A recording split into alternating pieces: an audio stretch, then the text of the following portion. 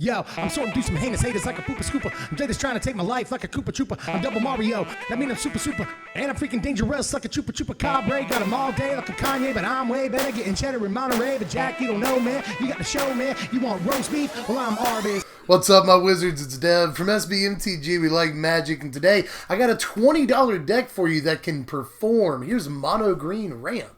Well, in the last couple of sets, really from Amonkhet onward, Ramp has gotten a lot of really good pieces. I feel like it's criminally underplayed right now. It's decent against all the energy strategies, which are literally everywhere if you haven't noticed. So it's a good answer to those, you know, and it's really fun to play. It's Ramp. Like every format, I like building a Mono Green Ramp deck, but I actually think that this might be one of the best times to play Mono Green Ramp in years. So let me show you what we got here. Well, essentially half of this deck is ramp, and the other half is big stuff that we want to ramp into. So let me go ahead and show you the ramp elements first, starting with the 4 copies of Druid of the Cow.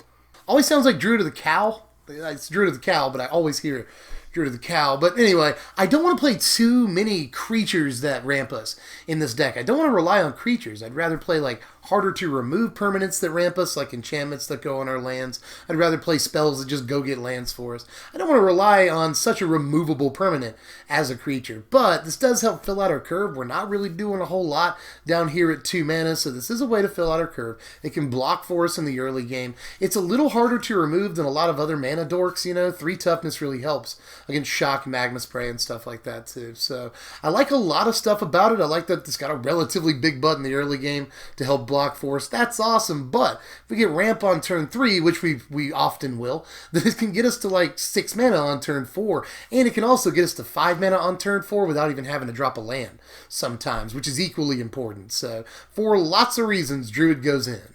Now we're playing 10 different 3 mana rampers in this deck because I really want to get to 5 mana by turn 4. That is incredibly important for our plan. So we're going to play enough 3 mana rampers to almost ensure that we get one by turn 3, almost no matter what. So with that in mind, we're going to play 4 copies of Beneath the Sands, 4 copies of Gift of Paradise, and 2 copies of Ranging Raptors.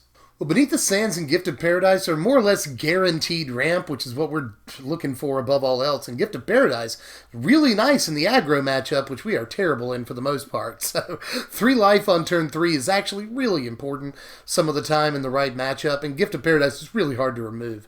As far as BTS goes, though, I love that this can cycle. We've actually got 9 cards with cycling in this deck, which helps mitigate some of the problems that ramp has. You know, you get into the later game, you start top decking. If you top deck a land or 2, you're pretty much DOA at that point.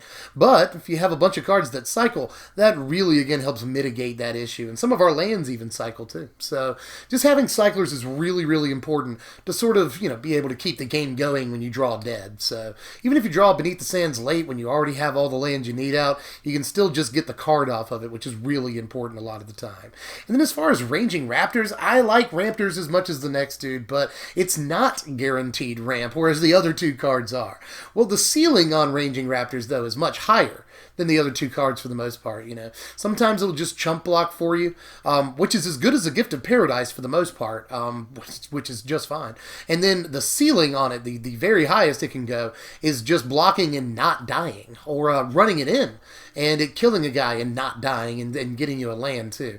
It can do some pretty impressive stuff for you sometimes, but again, it is not guaranteed, and I want to guarantee ramp as much as possible. And then the last piece of ramp that we're playing is Hour of Promise, which we'll play a whole play set of. This is a key card in the deck. This is one of the big reasons why we want to get to 5 mana on turn 4, so we can play a turn 4 Hour of Promise, which will get us to 7 or sometimes 8 mana on our turn 5, which we can really just play anything in the deck at that point. And the deck has a bunch of deserts in it, so it's really likely that we'll get our 2 zombies.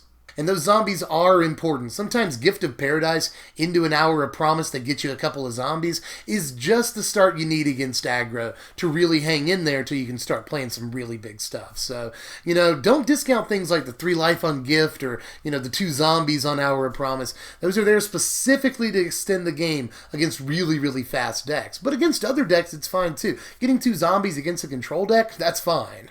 Now, most of the rest of the deck at this point is ramp targets, but there's a couple of things that I want to talk about real quick before I talk about those huge guys. First of all, we're just going to play 2 copies of Haze of Pollen in the main deck and pack another couple in the sideboard. This is just a concession against aggro. That matchup is that bad, but even if you get it against control, you can just cycle it away and it's kind of no problem. You know, it's a drawn card against control, which is kind of what you want, but against aggro, we absolutely have to have a main deck piece like this so we don't just die. And I think a good segue into the ramp targets, because it's kind of a ramp target, but it's really not, is the only 4-drop that we're playing in the deck, and that's Waker of the Wilds. Now, we're just going to play 2 copies of this. Honestly, I don't think 4-drops are that important. You know, we've got all of that 3-mana ramp on turn 3. That'll hopefully get us to 5 mana by turn 4. So most of the time, we're just looking to skip 4 on the curve, so I'm not that concerned about 4-drops. But Waker is probably the cheapest and most effective for its cost, at least. 4-drop that we can play. And there's other stuff. There's Bristling Hydra. There's Ripjaw Raptor. There's other stuff you could do here. But honestly, I like Waker as a top deck, which is another reason that we're just playing 2 copies of it. But if you top deck this later on in the game, turn 7, turn 8, whatever, a little bit later, then it can be great to just drop and immediately make a land into a dude, and the next turn, you can pour all of your mana into it and just make a land like a 6/6. Not hard at all. So Waker of the Wilds can be decent for breaking stalemates, especially against mid-range decks, where the games are going to go a little bit longer. So Waker can come down as a top deck late in the game and just really help to end things for you. But on into the really big stuff. At 5 mana, we're going to play 4 copies of our verbeck Stomper. Yeah, that gives us 10 5-drops, but we're looking again to get to 5 mana by turn 4 pretty much every game. So if we miss our promise, there's still a really good chance we'll have an Arborback Stomper in our hand, and Stomper is crazy good for stabilizing against aggro. He'll usually block and trade with a creature. He can also attack pretty well, obviously, and just kill them in like 4 shots if they have nothing else.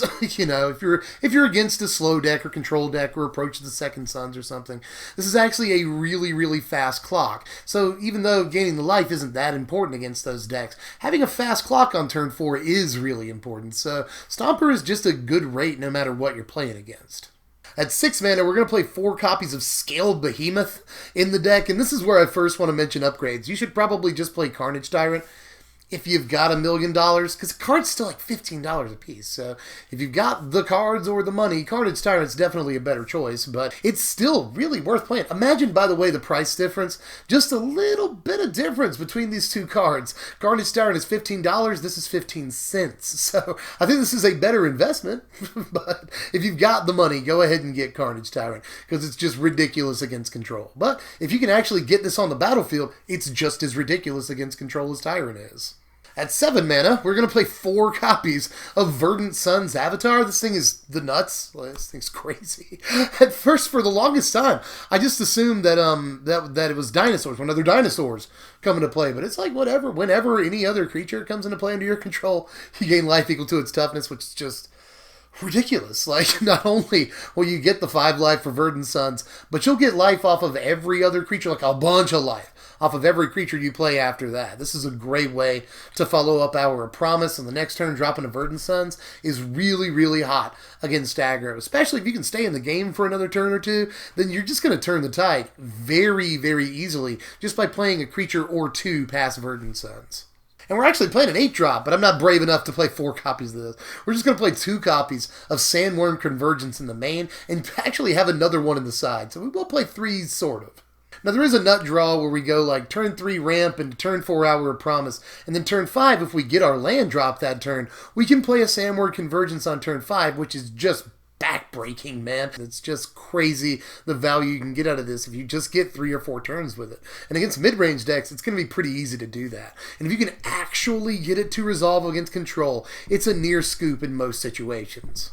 Now, we're going to play 24 lands in this deck. I know we're doing a lot of ramping and we're searching for a lot of lands and stuff, but we still need our land drops all the way up to turn 4 or 5 a lot of the time. So I want to play a fair amount of lands here. And if you haven't noticed, we've got a lot of deserts too.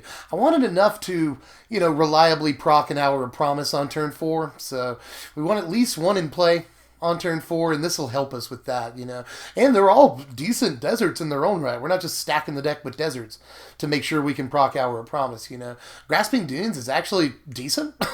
a lot of the time, this is another thing that can help extend the game, and we don't care that it produces colorless mana. We've got plenty of green sources as it is. Scavenger Grounds is good against Godfair's Gift, and even like the Scarab God a lot of the time, so it's got to be in there, I would say. Desert of the Indomitable is actually fantastic. We're not doing much for the first couple of turns, so if we get one in our opening hand, we can play it pretty safely. You itchy, buddy? We can play it pretty safely.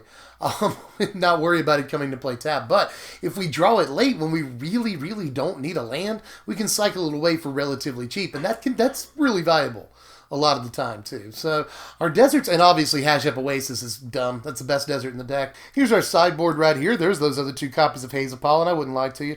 There's 2 copies of Lifecrafter's Bestiary. This is for the mid-range matchup and mostly the control matchup. Winning that card advantage race is really important.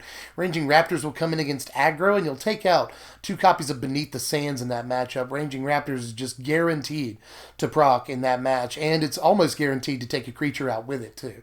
Prowling Serpapard, obviously, for the control matchup. We're only playing 2 copies of. It's not super important. We've just got a lot of big threats, and if we even stick 1, then we're going to win the game a lot of the time, unless they get Scarab God down. Appetite for the Unnatural, obviously. Artifacts and enchantments, including Anointed Procession and Godfair's Gift. There's a lot. Cast Out and such that we can hit with an Appetite. Monstrous Onslaught is a hilarious fireball type thing that we can use to take out like 3 aggro creatures. Once we play something like a Verdant Suns, Monstrous Onslaught is just really, really good. A Thundering Spineback is in there for the mid-range matchup, because once it comes down, it gives a lot of our creatures, a surprising amount of our creatures, a boost, and we can just make dinosaurs every turn, so that's cool. And I just wanted Spineback to be in the 75 somewhere. And then, of course, that other copy of Sandwurm Convergence, that will come in for mid-range as well. Here are your power rankings right here. A final score of 58, not super high, but pretty good for a $20 deck. This deck is surprisingly effective a lot of the time. It's not super versatile. Ramp never is, because we are we're very single-minded. One-track mind in this deck. We have one plan that we're committed to, but we have a lot of decent play lines within that plan. We get a second turn Druid of the Cowl into ramp on turn 3. Well, got a lot of options. Even if we don't get a land on the next turn, we can drop Hour of Promise or Arborback Stomper, or if we do get a land, we can get Scaled Behemoth on that turn. If we get our Hour of Promise on turn 4, we can go Verdant Suns the next turn without dropping a land, or we can go Sandworm Convergence if we do get the land. We've got a lot of really good turn 4 and 5 play lines in this deck. So give this thing a shot, man. It's only $20, and it's a super fun ramp deck that's hella consistent because it's only like the one color, and it's got a lot of different cyclers in it, Again, 9 of our cards cycle. A lot of ramp decks can't say that. So give this thing a shot. It's got a bunch of huge creatures that can take over the game, like Verdant Suns, even Waker of the Wilds can take over a game by itself, and obviously Sandworm Convergence, if left unchecked, is gonna end the game 9 times out of 10. So we've just got like so much crazy game-breaking stuff that if we can actually get the time to get to it, we can swing the game in our favor super easy and turn the corner. And remember, if you want to see this deck list all in one place, like on a web page instead of a 15-minute video on YouTube, you can just click the first link in the description box. You out of here, buddy? I think he's out of here, y'all. But you can just click the first link in the description box. That'll take you over to TCG Player. You can still see his tail. See it there? Anyway, now you're scratching into the microphone. Anyway, as I was saying, just click that link in the description box. That'll take you over to TCG Player. You can view the deck. You can buy the deck. You can do whatever you want to do. You can just be like, hey, that's a nice deck Dev built. There it is. All on one page. But anyway, do that. It helps the channel just if you click the links. So help me out with that. Like the video if you like the video. Sub if you're new. We're trying to get to 70,000. We are right there. So help me out with that. You can also follow me on Twitter for Twitter stuff and for knowing when I put up new videos and such at SBMTG Dev. You should do that. And you can kick me $1 on Patreon at patreon.com/SBMTG. You can help me pick these next few decks that I do to sort of round out Ixalan Standard. I just put up a post last night with 10 different decks I want to do. So pledge $1. Help me figure out how to get what order to put these decks in. There's a lot of decks to choose from. So help me out with that. And, of course, if you pitch your $1, you'll be able to know what decks I do the day before I do them. So you get a lot of bang for your buck. Go on over to Patreon. But I think I'm done with the old spiel for now, you guys. I'll catch you cats later. I'm Dev from SBMTG. Thanks for watching, my wizards.